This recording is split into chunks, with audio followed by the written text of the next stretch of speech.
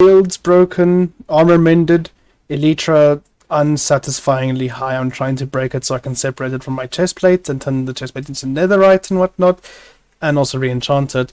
But we do have this.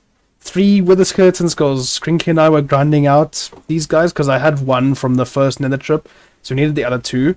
We got the other 2. He then proceeded to fall in lava, so I had to get the other 2 again myself. But we have them, and he's just bringing us some obsidian. Oh, I could actually just mine the obsidian on this tower, come to think of it. Well, never mind, he's on his way already. We are going to fight the Wither using a Wither cage because I don't feel like chasing him in a dogfight. And luckily, I did just test this in my creative mode testing world. It does still seem to work. The design is by WitherCraft, and I will leave a link to it in the description. I am just waiting on him for the obsidian, and I'm going to dig out the area that we need underneath the portal so long. Dragonborn!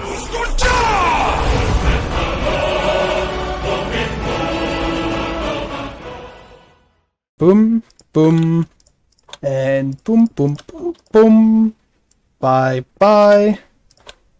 Soul sand, soul sand, soul sand, soul sand. Crinkly, you might want to stand back. This because of the explosion. And if this goes south, do you have rockets? No. Okay, you. The portal's right here. Yeah. 1, 2, 3. Go back, go back, go back, go back. This is one stressful moment. Yeah, go very far back.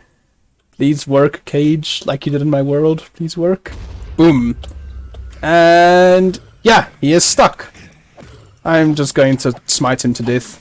Ow! Oh, yeah. And I got a I thought you. Yeah, so you got the Wither head. Wow. Armored, invulnerable Wither's head. Give me that. What? Oh my word. Well, I get to keep that. Yeah, you get to keep that. I'm keeping the nether star. Cheers. And Nuink, Nuink, beacon. Oh yeah.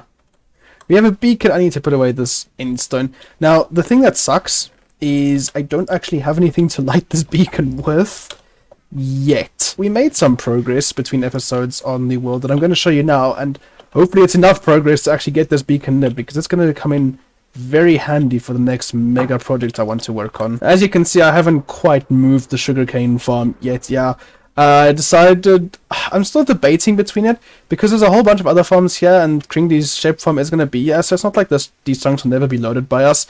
Plus, in the time that I've been fixing up the slime farm, well, we've made a lot of sugarcane, so there's definitely no shortage of it, at least for the time being. Here is the slime farm in all of its glory, covered with a nice glass roof that's really cool when it's see-through, and then the storage system up here, and all the slime just flows into this bottom chest over here. As you can see, it's already being quite efficient. And over here is the iron farm. Now, here's just a quick time-lapse of me building it.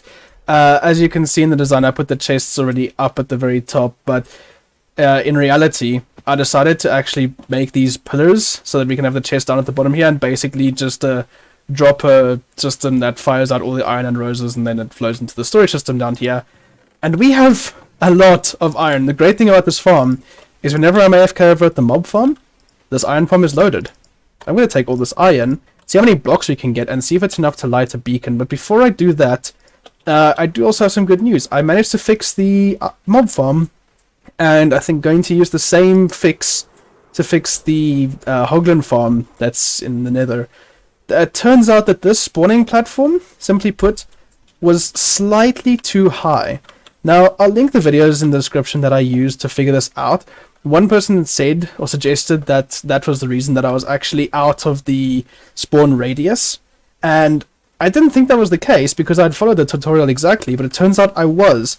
What had happened is where I was AFKing was about 3 blocks out of the range in which mobs can still exist, and so they were despawning before they hit the campfires down at the bottom of the mob farm, so they weren't actually getting killed off, they were just leaving. So I moved the whole thing 5 blocks down, and it actually works perfectly. Now, one thing that helped this along, and thanks to Exuma Void for this tutorial, is this: the create blue sphere create any sphere function for the spawning spheres data pack. Now, this inner sphere that I'm currently in has a 24 block radius, and mobs cannot spawn within this area. Now, if I go outside, you'll see an even bigger sphere. That's 128 blocks in radius. And mobs can spawn in this area, however, they cannot spawn outside it, and if they venture outside it, they will despawn. And essentially what was happening was the sphere was at the bottom, was located around here by the wooden platform, so you would see they would fall out of it and then just not actually use the fire. Now, from where I'm standing up in the AFK bunker, the sphere reaches to just below the farm, and it covers the entire water platform here as well. So that's what helped fix it. So thanks to both of the videos for helping me get that sorted out. And like I said, I'll be using something similar, hopefully, to fix the hoglin farm. We are 1 iron block short from lighting this beacon, but that's fine because I have iron at home. We can actually light this beacon, ladies and gentlemen. We have a beacon! And the place I'm going to light it first is actually in the end, because I want to take some obsidian with me for future projects and also for the current project. So let me build up the perimeter. You move out of my way, Fred. Ow, Fred hurts. Ow. Fred, come here. Come on. Oh, come back, Fred. Wait, am I using Windows XP? I'm using Windows XP. Pyramid built. Beacon placed. There we go. Bring home the beacon. And now we'll simply pay for my haste 2. Oh yeah. You should have haste 2 on. Yep.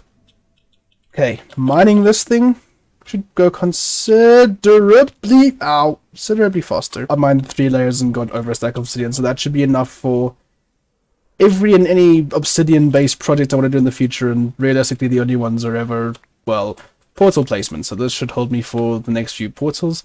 Which brings me very nicely to phase 2 of this project. Well, not phase, but part 2, component 2, the second step, and now that I've also gathered a whole bunch of chests, which took way longer than I care to admit, we can move off to the nether, and I've got the coordinates for where I want to go. There they are. We need to go there in the nether. Here we are, and right over there is Midnight's portal and the portal, the portal to the end portal. So that means I'm going to be neighbors with him. Pretty cool. So let me just get up the portal constructed, and hopefully, well, I'm going to link it up with carpets in a moment, but hopefully this should take us right to where I want to be. Yeah, that seems about right. I was promised a plains biome, and this looks very plainsy to me, and there's a village right there. I am going to save what villagers I can here, because I'm going to need them for myself. Well, 3 of them are trapped in there because they were fantasizing over some cauldron. I'm not entirely sure what was so special about it. And there is also a cartographer safe in the house down there. I want to save the baby villager too, because I can't let him die. Look at him. It's adorable. And now that all the distractions are out the way, I can finally decide what it is that I'm actually doing. So I was searching for a massive plains biome with relatively few or relatively large amount of chunks in it. And this one looks to be perfect because I want to start my mega base over here. Now what I'm actually going to do for my mega base, well, you're going to have to wait and see. Just know that the beacon was absolutely necessary. But there we go. This is where my mega base will eventually be.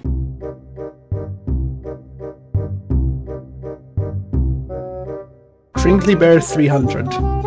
Yes. I has an offer for you. And what could that possibly be? I need obsidian. Lots of obsidian. How much is lots? 10 stacks.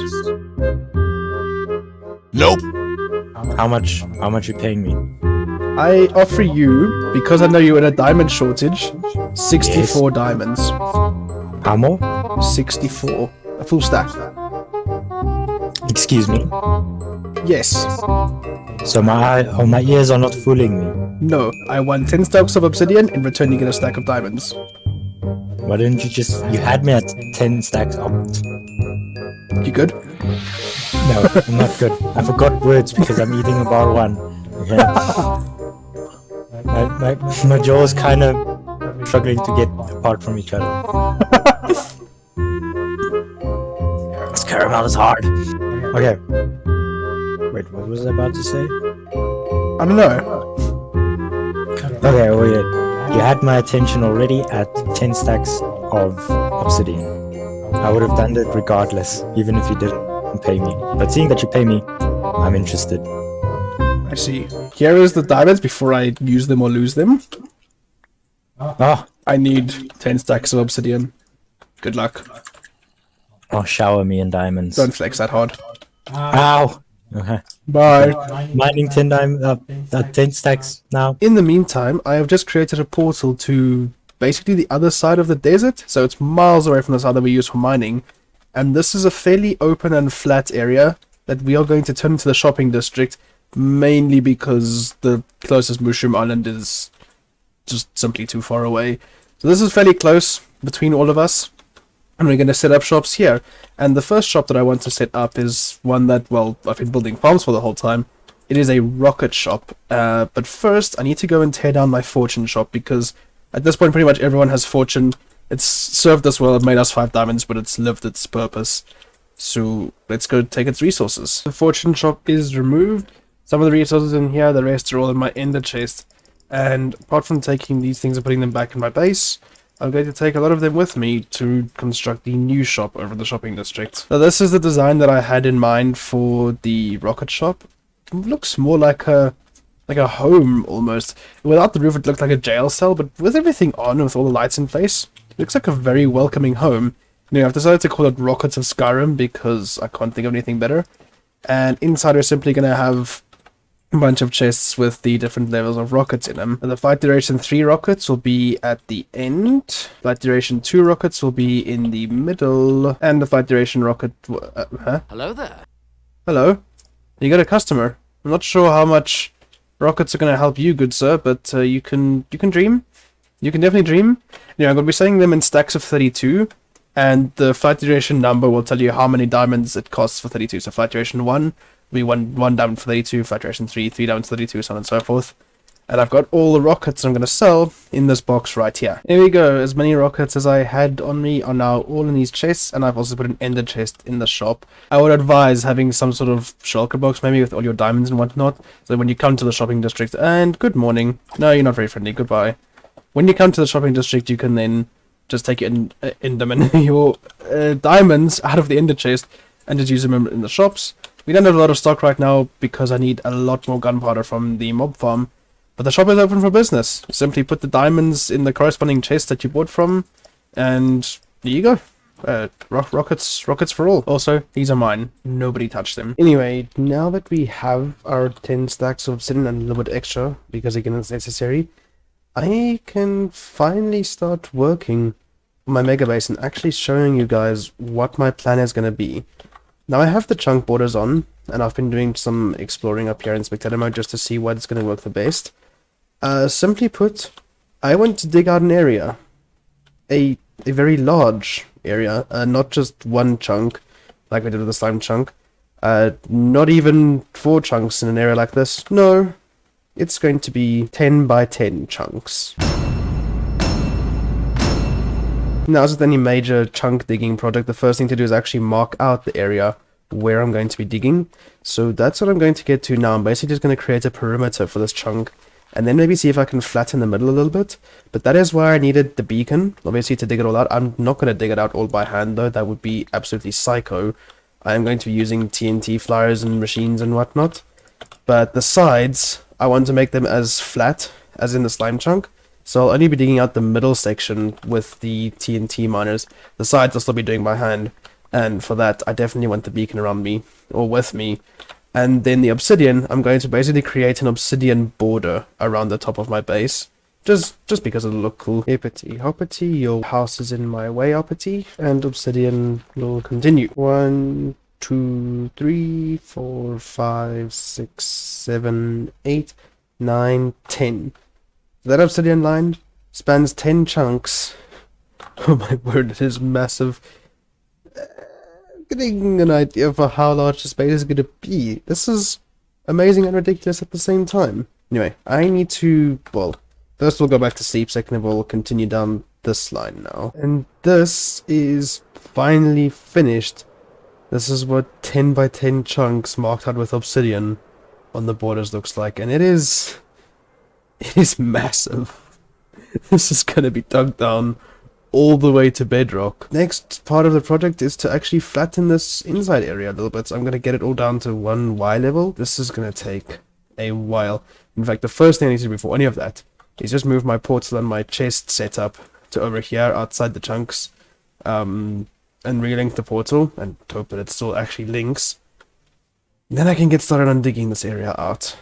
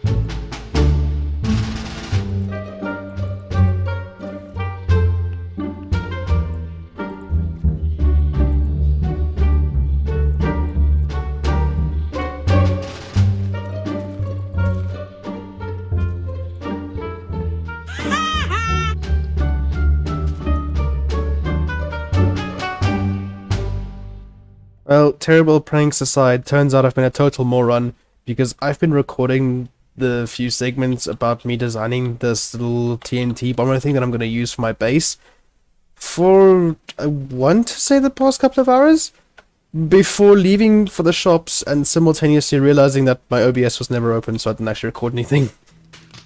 So all of this testing and explanation is just gone out the window. Anyway, this TNT bomber over here is designed by Il Mango. I'll leave a link to it down in the description. And I've basically just modified a little bit so that it's a flying machine on its own. And then this circuit out the... Oh, wait. You've crashed into it again. Oh, damn it. Give me a second. A few moments later. No, don't fly away with the... No! Okay, well, it's coming back now. The other side return circuit works. And as you can see, the bombing itself works. Now, just to hope that I've done this correctly... Wait, this needs to be there. Liz? Oh, there we go. Perfect. So this will just continue back and forth like this, basically creating this very long, very big hole, all the way down to bedrock. Basically, I'm going to build a bunch of these sort of in a line next to each other, and that's how I'm going to mine out the majority of the base.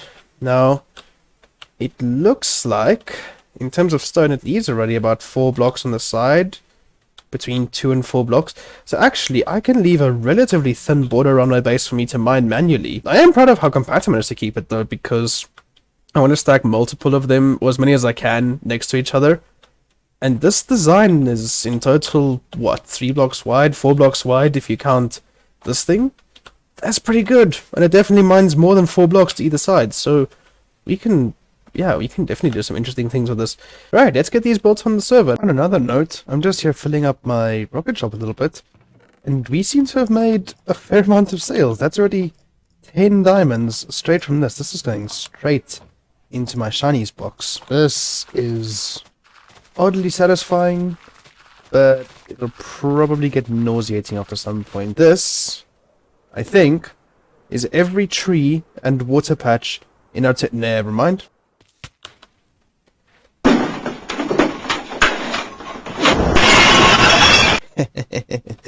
That's why I set my spawn point right here. Oh no, I've just realized that that's gonna continue forever. No, I need to stop it. No, I need to stop it. Okay, I got the trajectory right. Hallelujah.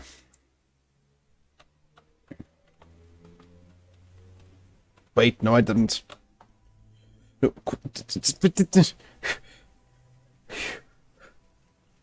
Okay. back the other way. Back the other way, this way. Okay, that was not planned at all. Right, let's try that again. I've taken up the observers away and I'm gonna put them back once I've actually built the TNT duper. Okay. And no.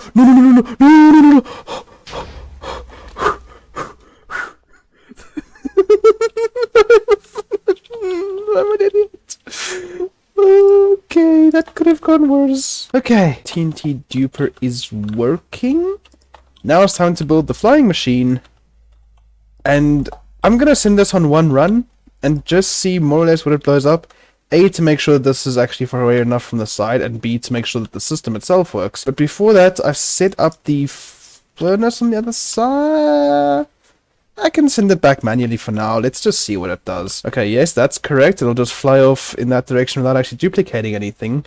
And then when it comes back, in fact, we can go fly the other side so long and just get a first look at this. When it comes back, it should duplicate the TNT and blow everything up on the way back. Right, so I'm going to place block there. And that'll send it going back. And there, TNT...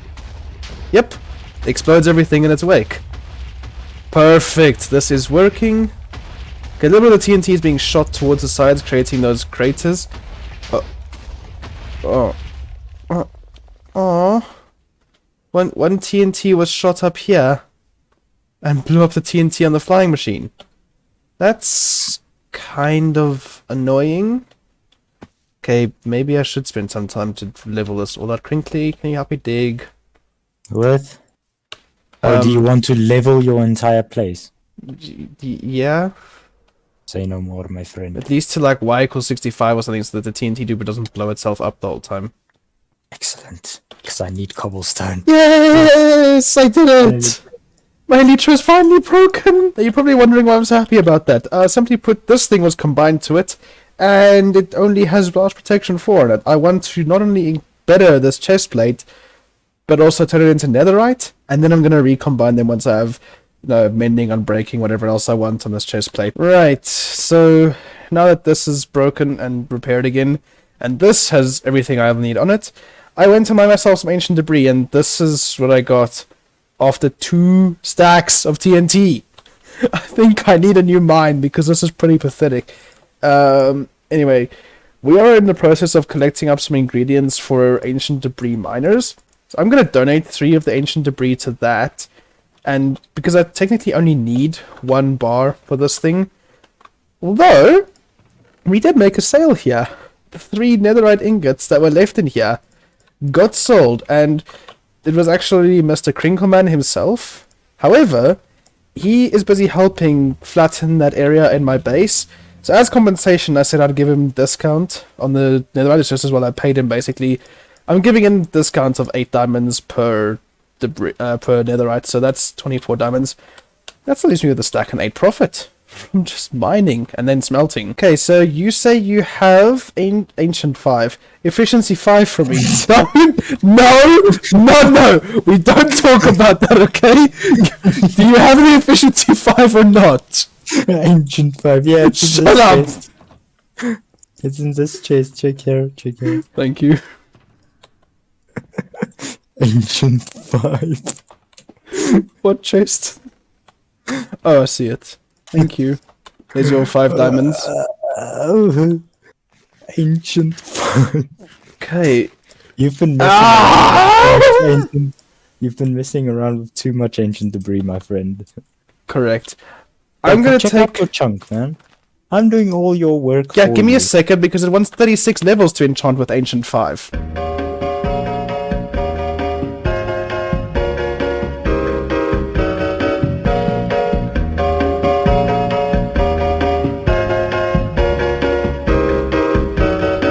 ancient pickaxe. The old one. The ancient one. Close to expiring one. The contract is nearly finished. Okay, server.